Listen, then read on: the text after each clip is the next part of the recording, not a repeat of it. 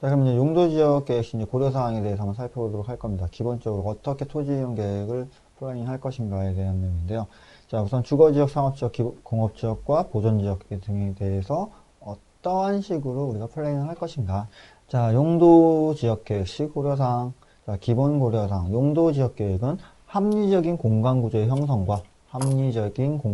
형성과 교통계획, 기반시설 배치 계획, 주거환경 보호 및 경관 등의 상호 관련성을 조화시켜야 된다. 즉 전반적인 것을 다 구분해야죠. 우리는 합리적인 공간구조, 기능 분포를 어떻게 할 것이고 그 기능 지역에 따라서 교통의 연결을 어떻게 잡아주며 필요한 시설들, 기반시설들의 배치는 어떻게 할 것인가.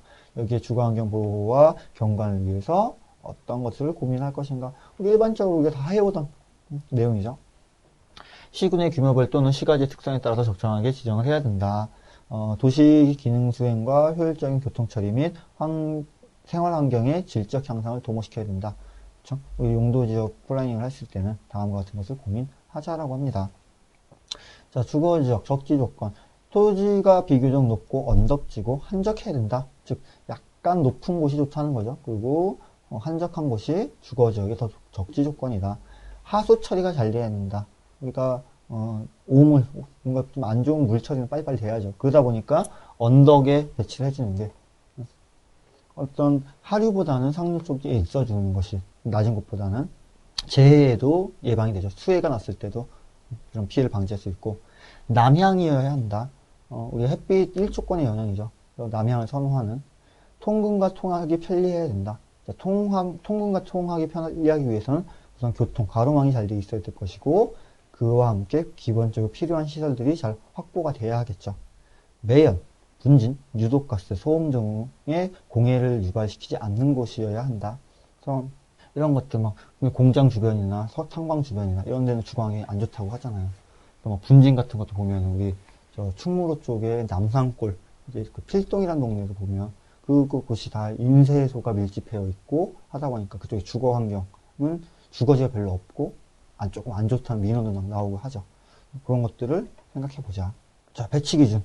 역사적으로 주거지인 곳이다. 자, 과거부터 주거지로 내려왔던 곳이죠. 근린분구, 근린주구, 커뮤니티를 구성하도록 하는 집단주택지 기법에 입각해서 구성과 배치를 하자. 그러니까 어쨌든 우리가 공공편시설을 배치해주고 그 공간에서 커뮤니티를 형성하려면 생활권 계획을 수립하자는 거죠. 생활권에 맞게끔. 자, 구성의 형태. 대도시에서는 도심, 부도심에 가까운 주거지역은 고밀도로 만들고, 그렇죠? CBD와 근접해서 고밀도가 들어와야 되고, 중간부에서는 중층, 외곽에는 저밀도의 독립가구, 즉 단독 배치를 통해 전반적인 토지, 스카이라인을 잡아주면 좋겠죠. 그래서 우리 도시 공간구조 보면 이렇잖아요. 중심을 기점으로 CBD는 높은 상업업무가 들어온다면 그 주변 일대로 이제 중층들이 들어오고 저층들이 들어오고 이렇게 해서 전반적인 스카이라인을 잡아놓는 이런 개념을 많이 보셨잖아요. 중심부는 높게, 외곽은 낮게 처리를 하자. 자, 상업지역의 적지조건. 상업지역은 교통이 편리해야 된다. 교통이 편리해야 된다. 기본적으로 우리 접근성이 좋은 곳이 장사가 잘 될 것이고 장사가 잘 돼야 된다는 건 상업지역이다 보니까 교통이 편리해야 되고 토지가 평탄한 곳이 좋다. 뭐 아무래도 그렇겠죠. 평탄하게 만들어줘야 사람들이 쇼핑을 했을 때도 그만큼 피로감이 덜 느끼죠. 주거지역에서 통근 소비 동선이 연결돼야 된다. 주거지역과의 기본적인 연결체계를 잡아주자는 거고요. 자, 가능한 소집단으로 전용화시켜라. 즉, 집적을 시키는 거죠. 한 곳에, 한 스팟에 모여 있게끔. 그러면 사람들이 그곳을 찾고, 찾았을 때 주요 업무가 발달을 하게 되는. 상업적이 너무 퍼져 있으면 사람들이 쇼핑하는데도, 우리가 명동을 가던, 압구정을 가던, 어쨌든 쇼핑을 할 수 있는 공간이 확 모여 있잖아요. 그런 식으로 소규모 집단을 전용화시키고, 주거지역과 상대적 위치 배치 및 분산 배치가 있어야 된다. 그러니까 주거지역과의 관계를 조율해서 포지션을 잡아야 된다는 거고, 너무 가까워도 안 되고, 너무 멀어도 안 되고, 그리고 적정하게 분산도 돼야 되고, 너무 먼 곳에 있었다. 그러니까 우리가 어떻게 보면 이럴 수도 있잖아요. 동대문이라는 것은 전국을 다 서비스하는 대형 상업지역이잖아요. 동대문 같은 경우. 그냥 동대문처럼 전국을 서비스하는 것이 있다면 또 동네에 소옷가게라든지 옷가게라든지 이런 거 있어야 되잖아요. 그래서 전반적으로 분산 배치도 필요하다. 도시, 부도심, 지구 중심 등을 형성하게 해라. 그러니까 생활권의 권역에 따라서, 영역에 따라서 상업적의 스팟, 핵이 나와야 된다는 거고, 구성의 형태, 도시 내의 위치, 업태에 따라서 배치하고 중심지는 주차 시설을 마련해 주는 것이 필요하다. 그렇겠죠. 그러니까 도시에서 어느 공간에 포지션을 할 것인가, 그리고 어떤 지역은 쇼핑이 중심이라면 어떤 지역은 업무 처리를 중심으로 해야겠죠. 그러니까 우리 종로 같은 경우 업무 처리가 중심이잖아요. 종로 옆에 쇼핑의 메카인 명동이 들어와 있고 이런 개념들. 그 중심지는 주차시설을 마련해서 잘 할 수 있도록 하자고 하고 있고요. 공업지역, 교통, 노동력, 용수, 동력 등이 획득이 편리한 곳이 있어야 된다. 기본적으로 우리 매버의 공업 입지론 같은 거 따져보면 이런 거 있었죠. 어떤 곳이 공업에 적정한 입지인가. 자, 평탄한 지역. 우리 강원도엔 공장 없다는 개념 있잖아요. 그리고 광대한 지역으로 지가가 저렴한 곳이다. 아무래도 공장 같은 경우 부지가 크다 보니까 땅값이 싸야 되고, 그래서 수도권이 잘 안 들어오죠. 못 들어오죠. 철도의 연변이나 하천, 항만 등의 연안을 통해서 접근성을 고려한 거죠. 접근성과 함께 보다 신속한 처리를 하기 위해서 오고, 오수와 배수에 가능한 곳에 들어와야 된다. 그래서 우리가 강가에 많이 있죠. 한동안 막 이슈가 됐던 낙동강 오리알이다 이런 것도 있었잖아요. 우리 낙동강변에 공업지역 많이 있죠. 왜냐면 경부고속도로에 접근성 좋을 거고 평탄한 지형이다 보니까 낙동강이라는 용수 확보도 용이하고, 그러니까 그 주변에 이제 막 오염된 물들이 오수와 폐수가 나오면서 낙동강이 죽게 됐던, 울산의 태화강도 있죠. 울산이라는 대규모 공업 도시로 인해서 강이 죽었던 태화강. 그러니까 그런 것들처럼 뭔가 좀 강도 좀 고민을 해야 되는 게 공업지역이다. 자, 배치 기준. 공업 밀도별로 유형화를 시켜야 된다. 그리고 유형 공업은 시가지에서 멀리 떨어진 곳에 배치해라. 가능한 전용화시키고 그룹화하는 것이 필요하다. 그래서 그룹화하고 전용화시킨다는 건 어떤 거예요?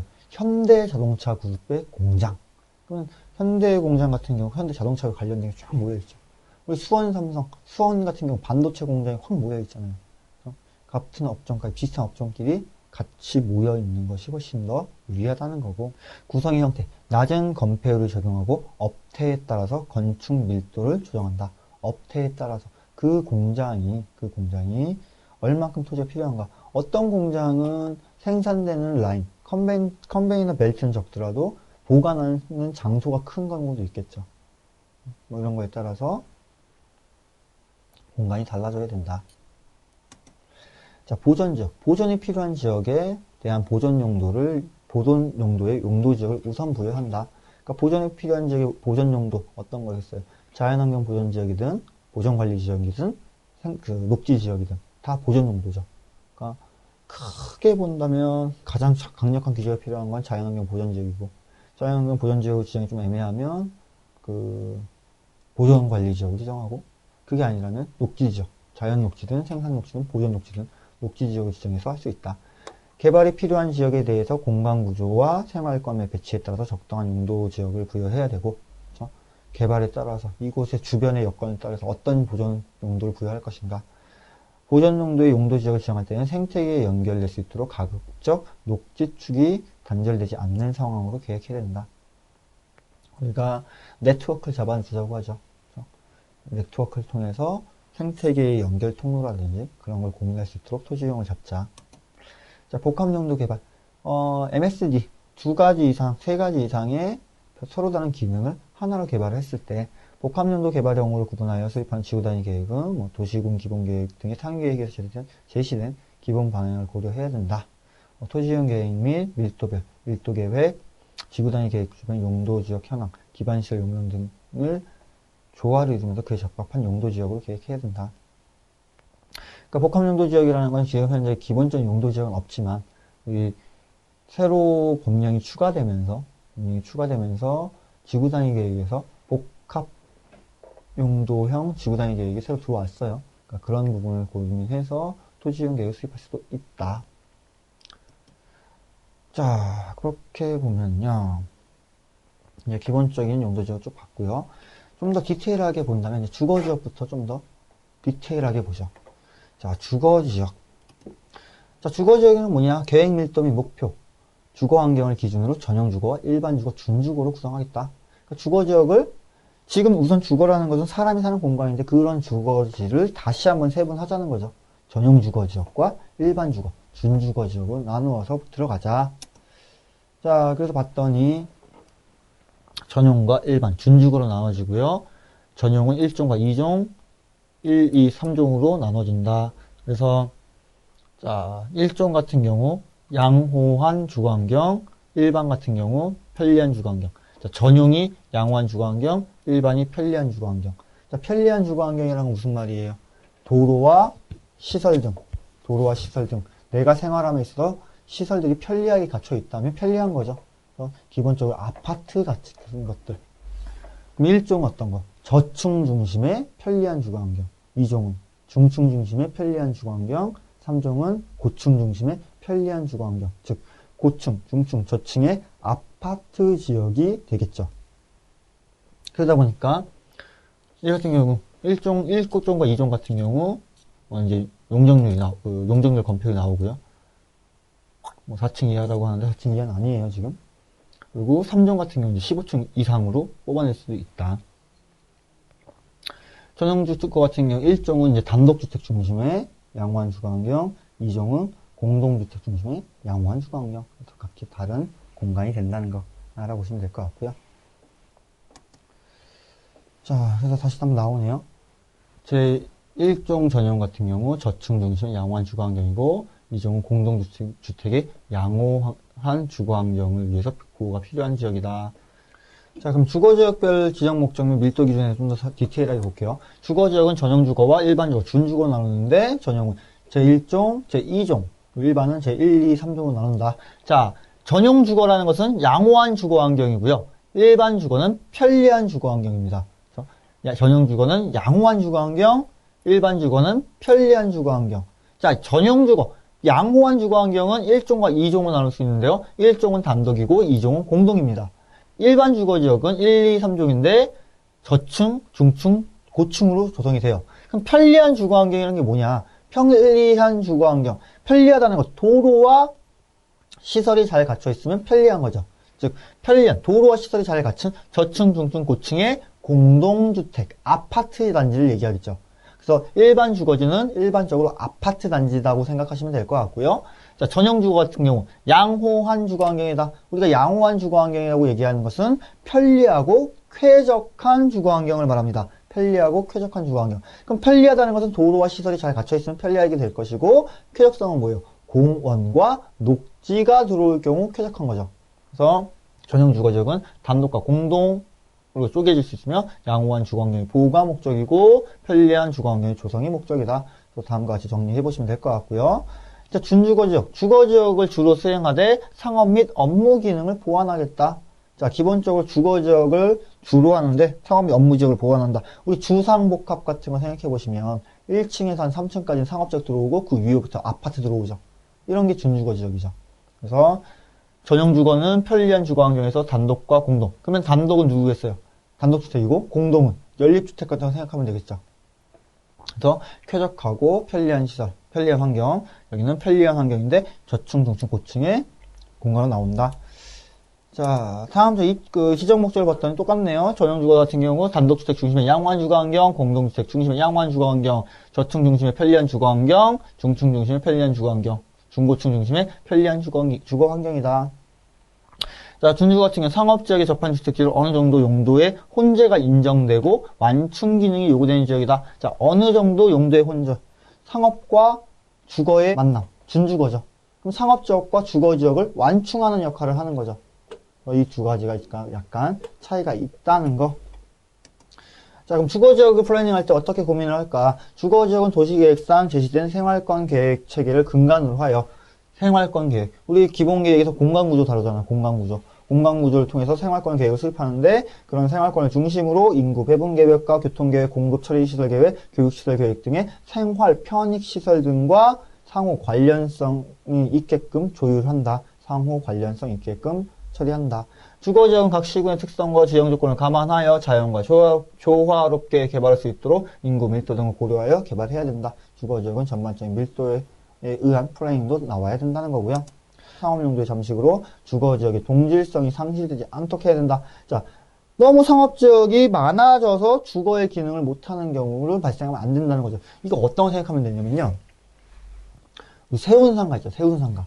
세운상가 같은 경우가 우리나라 최초의 주상복합이라고 해가지고, 뭐, 르꼬르비제가 얘기했던, 뭐, 유니떼 나비따시용의 건축물이다, 이런 말을 한단 말이에요. 그러니까 세운상가 같은 경우, 뭐, 가보셨는지 모르겠지만은, 가보시면 지금 완전 다 공구상가로 돼 있어요. 그래서 과거에는 건물의 1층부터 한 3층까지는 상업시설이 들어왔고, 그 위에는 아파트들이 들어왔단 말이에요.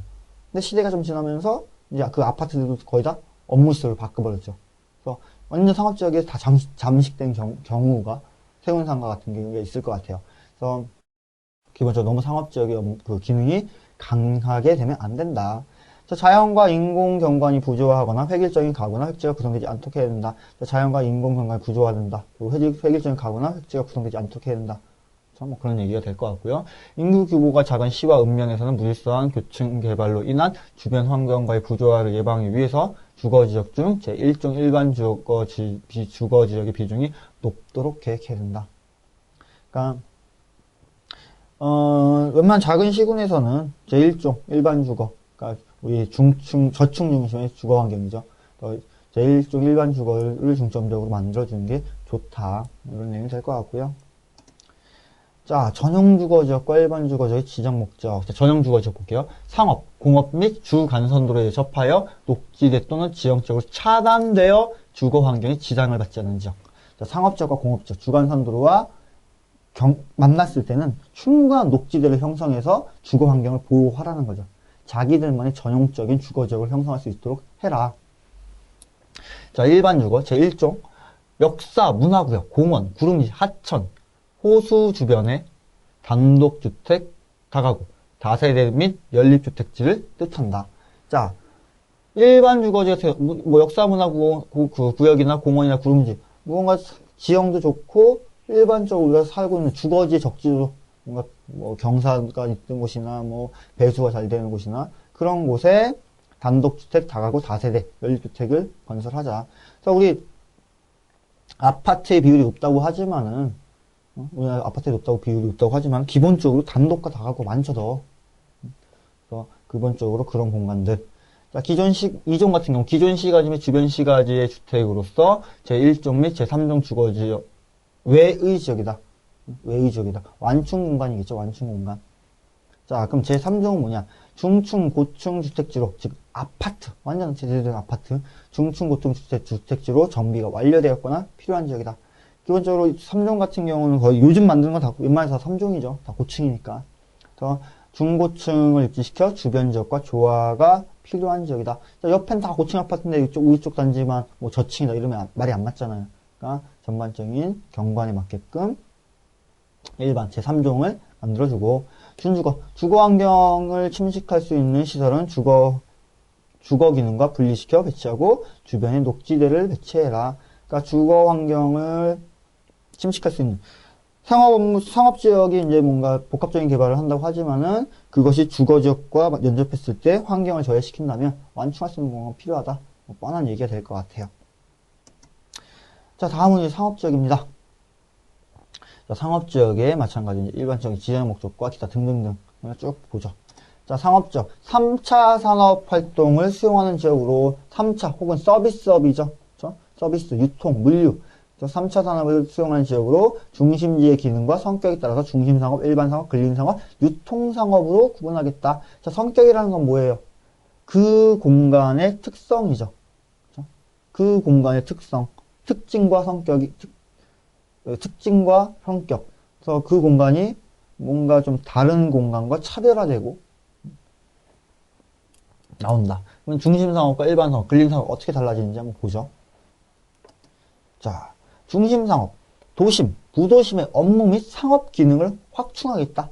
도심 및 부도심. 그러니까 일반적으로 우리가 얘기하고 있는 도심 및 부도심. 좋은 공간들이죠. 거기에 대규모. 그러니까 백화점 입지한 곳들 생각하면 될 것 같아요. 중심상업들 같은 경우. 백화점이 들어온 곳이다 싶으면 거의 다 중심상업 지역이죠. 그러면 일반상업. 일반적인 상업 및 업무 기능을 담당한다. 일반상업 어떤 거겠어요? 우리 이마트와 홈플러스 같은 것이 입지한 곳이겠죠. 그러니까 백화점, 이마트, 홈플러스, 대형마트로 생각하시면 돼요. 우리 예전에 한번 그런 얘기 있었죠. 생활권을 하면서 월중심과 주중심 얘기가 나오잖아요. 월중심, 백화점, 주중심, 대형마트. 그렇게 생각해 보시고, 근린상업. 근린상업 지역에서 일용품 및 서비스를 공급한다. 우리 집 주변에 편의점이 있죠. 그런 것들. 유통상업, 도시 내 및 지역 간 유통의 기능을 증진시킨다. 자, 도시 내 및 지역 간 유통을 증진시킨다? 유통이라는 게 뭔데요? 물자 및 사람의 이동이죠. 어떤 거? 터미널 같은 거. 터미널 같은 것들 어때요? 한 지역에 도시 한 군데 있을 것이고, 해당 시군마다 도시 외곽에 있을 것이고, 약간 변두리에 빠져 있죠. 그런 것들. 그래서 중심상업, 일반상업, 근린상업의 특징이 서로 다르죠. 특성이. 백화점, 대형마트, 편의점, 그리고 도시 외곽에 있는 터미널. 이렇게 좀 생각해서 내용을 보시면 될 것 같아요. 자, 그럼 상업적인 고려사항, 도시의 경제권 및 생활권 규모와 구조를 감안하고 상업, 업무, 사회, 문화시설 등의 집적을 도모할 필요가 있는 토지 이용 공간을 확보를 한다. 그러니까 도시 경제권하고 생활권의 규모에 따라서 전체적인 공간 구조 보는 거죠. 주거지역과 공업지역과의 관련성을 기초로 하여 생활권 계획상 중심지역의 생활 편의시설, 중심 업무시설 등과 연계하여 유기적인 배치가 필요하고 이용 편리성 및 업무 수행의 능률성을 확보해야 된다. 기본적으로 뻔한 얘기죠. 중심사업과 공업지역의 관계 다 조율을 해야 되고 주변에 따라서 유기적인 연결을 하자는 건 우리가 뻔히 알고 있는 내용이 될 것 같아요. 자, 상업입지는 도로, 철도와 같은 교통시설의 현황과 계획을 감안해야 되고 사람과 물자의 유동량에 따라서 적절하게 배분해야 된다. 자, 상업시설, 우리 일반적으로 그러잖아요. 유동성, 사람들이 많이 다니는 곳이 장사가 잘 된다. 장사가 잘 된다는 건 그만큼 상업적이 점점 더 활성화된다는 거고 그런 거에 따라서 입지를 잡자는 거고요. 도시 내 기반시설은 기반시설의 기존 용량과 장차 확보 가능한 용량을 고려하여 특히 국지적으로 충분히 대응할 수 있는 지역을 선택하자. 도시 내 기반시설은 이제 필요한 앞으로 토지 이용에 맞춰서 들어오자는 기본적인 내용이 될 것 같아요. 자, 신시가지로 계획적인 개발이 이루어지는 지역은 가급적 상업용지를 세분 지정하여 토지 효율성을 제공한다. 무슨 말일까요? 신시가지로 계획적인 개발을 했을 때 세분하자. 우리가 보면요. 여러분 동탄 보시면 알겠죠? 동탄에는 아직 백화점이 없어요. 동탄 신도시에는 아직 백화점이 없거든요. 그러니까 백화점이 들어오아도 충분히 경쟁력이 있을 수 있지만은 그 백화점을 서비스하거나 서포트하기에는 아직 인구 규모나 그런 구성이 잘 안 된다는 거거든요. 그러니까 이렇게 하나의 큰 스팟에 들어온다기보다는 좀 더 큰 대형마트를 여러 개 입점시켜서 생활권을 잡아주고 어떻게 보면 이제 백화점이 아니더라도 이제 그 백화점의 버금가는 멀티플렉스는 들어와 있어요. 근데 약간 이제 좀 내용이 좀 달라지는 보다 신시가지를 만들 때 한 방에 너무 큰 걸 제공해버리면 너무 그 큰 백화점 같은 거 넣어버리면 또 장사가 안 되는 경우도 있으니까 대규모보다는 소규모로 만들면서 이렇게 가는 것도 하나의 방안이다. 업무 기능의 활성화를 위해서 도시의 규모를 고려하고 적정하게 발전할 수 있도록 해야 된다. 그러니까 도시의 전체적인 규모, 상황 봐서 상업적인 규모를 잡아줘야 된다는 거죠. 이런 것들 생각해 보시고. 자, 상업적 입지 기준. 상업적은 시군의 규모 및 기능에 따라서 도심, 무도심 및 지구 중심 등으로 구분할 수 있으며 도심 및 부도심, 지구 중심을 구분하고 규모와 위치의 적정성을 고려하여 시군의 경제활동 공간은 체계화될 수 있도록 적정하게 용도지역을 부여한다. 뭐 뻔한 나쁘지 않은 기본 내용이 될 것 같아요. 자, 다음 중심상업지역. 접근성이 용이하고 대중교통수단의 이용이 편리한 지역으로 도시 기본계획상에서 도시 중심지역으로 선정되는 지역이다. 그렇죠? 고밀화, 고도화에 적합한 지정 조건과 주차 및 휴식을 위한 오픈 스페이스 및 기반 시설의 확보가 용이하여 신도시의 중심지역에 개발한다. 도시의 중심적인 상권을 지닌 상업 업무 기능을 중심지 또는 부도심적인 성격을 지닌 지역이 중심상업지역이다. 중심상업지역은 도심 및 부도심의 성격을 갖고 있고 백화점과 같은 기본적인 그 전체 공간의 중심지를 형성해야 된다. 자, 일반 상업지역. 주간선 도로의 교차점으로서 통과 교통보다는 지역 내 교통 기능을 수행하는 지역으로서 도시 기본권에서 생활권의 중심지로 선정되는 지역이다. 자, 생활권의 중심지. 생활권의 중심지라는 건 그 권역에서 사용하는 사람들이 중심적으로 온다는 거죠.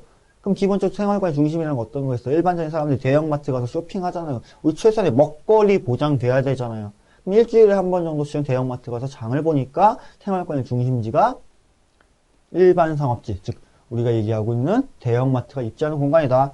그래서 선적 확산을 억제하고 업무와 서비스 기능이 접근성을 유지할 수 있도록 최소한의 평탄한 지역을 확보할 수 있는 지역이 필요하다. 대량 교통수단의 환승 또는 지자 자체에 기종점을 둔 통행 발생이 많은 지역에 들어와야 되고, 기능적으로 특화된 중심지역으로서 위락, 자동차 매매, 정비, 인쇄, 출판 등의 기능을 면적으로 집중시킬 수 있는 지역도 일반 상업지역에 들어올 수 있다. 주거지와는 분리시켜야 되고 분리가 필요한 경우 녹지 등과 같은 완충대를 설치하는 것을 고려해야 된다. 자, 주거지역과 분리시키기 위해서 우리는 어떻게 해요? 도로로 분리시키죠. 도로로 분리시켜야 되는데 그렇지 못할 경우 녹지와 같은 완충대로 설치하는 것도 방안이다. 자, 근린상업지역 보조관성도로에 연접해 있어 도시기본계획상에서 소생활권의 중심지로 된 곳 중에 주차, 승차, 화물 적지가 용이한 지역이 근린상업지역이 될 것이다. 주민들은 간선도로 횡단 없이 걸어서 접근할 수 있어야 되고 휴식 공간을 함께 입지하는 것이 용이한 지역이다. 개발상업지구의 중심상가 조성지에 들어오자라고 이렇게 얘기하고 있습니다. 자, 유통상업지역 같은 경우 접근성이 용이하고 승하차, 화물 적재가 용이한 곳에 들어와야 되며 대중교통의 정류장 및 전철역 등과 종합적으로 개발이 가능한 지역이 필요할 것이다. 자, 물자의 공급자 연결이 용이하고 도시 내 각종 시장 및 집배송단지와 교통이 편리한 곳에 들어온다. 유통상업 같은 경우 가장 중요한 게 이거죠. 물자의 공급 및 연결이 용이하고 도시 내 각종 시장 및 집배송단지의 교통이 편리한 곳, 즉 교통의 결절점이나 중심지에 들어와서 전반적으로 갈 수 있는 택배 회사 같은 것들, 이런 것도 좀 생각해 보시면 편하겠다. 자, 마지막으로 이제 공업지역이에요. 자, 공업지역 같은 경우 기본적인 그 지정 목적과 밀도를 본다면, 자, 공업지역 산업 기반을 강화하기 위해서 공업용지 확충 및 도시 내 내부 적격 공장이 집단화에 따른 공업용지 설정해야 된다. 자, 기본적으로 공장보다 산업 집중할 수 있고 활성화시킬 수 있도록 만들어 주자는 거고요. 자, 전형공업 주로 중화학공업, 공익성 공업을 입지시키고 일반 공업, 환경을 저해시키지 않는 경공업 위주가 들어와야 된다. 자, 중공업은 경공업 및 기타 공업을 수행하되 주거, 상업, 업무 기능을 보완할 수 있는 기능을 수행하자. 자, 그럼 주거지역을 보완한다? 어떤 거예요? 하수 처리장 같은 경우. 그런 거. 열 공급 설비 같은 경우. 주거지역에 필요한 것을 보완하죠. 하수 처리장? 공업지역에서 발생된 그 유해물질들을 처리하는 거잖아요. 이런 것들 좀 생각해 본다면 중공업은 약간 서포터의 기능이 있다. 자, 주거지 계획 시 고려사항. 주거지와 혼재를 피해야 되고 오염 피해의 발생을 방지하여 농업 생산의 능률을 제고할 수 있도록 지형지대 풍향, 수자원 및 교통시설과의 접근성을 고려해서 입지해야 된다. 자, 공업의 생산성 제고를 위해서 공업의 성격과 규모 등을 고려해서 용도 지역을 세분해야 되고 대도시나 중소도시에 있어서는 혼합적인 토지 이용 간의 상충을 억제할 수 있도록 중공업 지역의 지정을 최소화해야 된다. 자, 중공업 지역의 지정 최소화. 너무 중공업지가 많으면 용도에 혼재가 나온다는 거죠. 기능은 분리시키지 않는 기본적인 원칙인 거고. 자, 공업지역은 당해 시군의 특성에 맞는 산업의 종류와 원단위에 의해서 구체적인 산업입지 계획으로 수립을 해야 되고, 공업지역은 수질 및 대기오염 등의 환경오염을 발생을 고려하여 피해가 최소화 될 수 있는 지역과 자연환경을 최대한 활용할 수 있는 지역에 입지를 선정해야 된다. 어렵지 않은 내용이에요.